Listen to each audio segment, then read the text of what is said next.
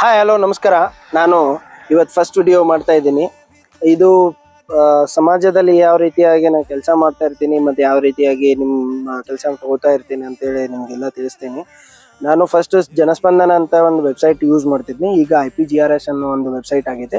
ಅದು integrated public ಗ್ರೀವೆನ್ಸ್ನಲ್ relational system ಅಂತೇಳಿ.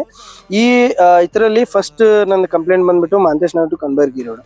ಈ ರೋಡಲ್ಲಿ L&T ಅನ್ನೋ ಒಂದು ಕಂಪ್ನಿ ಅರ್ಧ ರೋಡ್ಗೆ ಪೈಪ್ಲೈನ್ ಹಾಕೋ ಪ್ರೊಸೆಸ್ ನಡೆದಿತ್ತು. ಸೊ ಅರ್ಧ ರೋಡ್ ಅಷ್ಟೇ ಕಟ್ ಮಾಡ್ರಿ, ಅರ್ಧ ರೋಡ್ ಅಷ್ಟೇ ನೀವು ಪೈಪ್ಲೈನ್ ಹಾಕ್ರಿ ಅಂತೇಳಿ.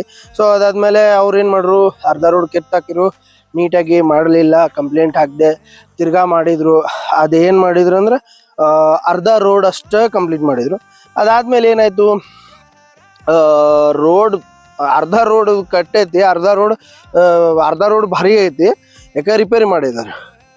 ಇನ್ನು ಅರ್ಧ ರೋಡ್ ಬಹಳಷ್ಟೇ ಕೆಟ್ಬಿಟ್ಟಿದ್ನು. ಸೊ ಮತ್ತೆ ತಿರ್ಗಾ ಕಂಪ್ಲೇಂಟ್ ಹಾಕಿದೆ, ಫುಲ್ ರೋಡ್ ಮಾಡೋದಿತ್ತ, ಫುಲ್ ರೋಡ್ ಮಾಡ್ರಿ, ಈಗ ಮಾಡಿಕೊಡ್ರಿ ಅಂತೇಳಿ.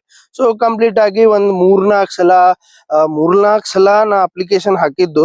ಗ್ಯಾಪ್ ಎಷ್ಟಿದ್ದು ಅಂದ್ರೆ 6 ತಿಂಗಳ 8 ತಿಂಗಳಿದ್ದು. ಸೊ 6 ತಿಂಗಳ 8 ತಿಂಗಳು ಅಂದ್ರೆ 2-2.5 ವರ್ಷ ಟೈಮ್ ತಗೋಯ್ತು. ಬಟ್ ಏನಂತಂದ್ರೆ ಫೈನಲ್ ಆಗಿ ಆ ರೋಡು ಚೆನ್ನಾಗಿ ಎಲ್ಲಾರ್ಗು ಹೋಗು ಬರುವಂಗ ಆಗೈತಿ.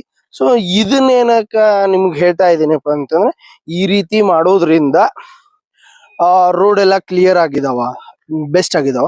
ಸೊ ನೀವು ಆ ತರ ಮಾಡ್ರಿ ಅಂತ ಹೇಳೋದು ಒಂದು ನಂದು ಪ್ರಯತ್ನ ಇದೆ.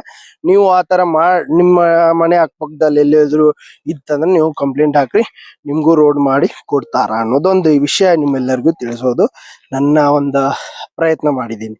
Okay, thank you.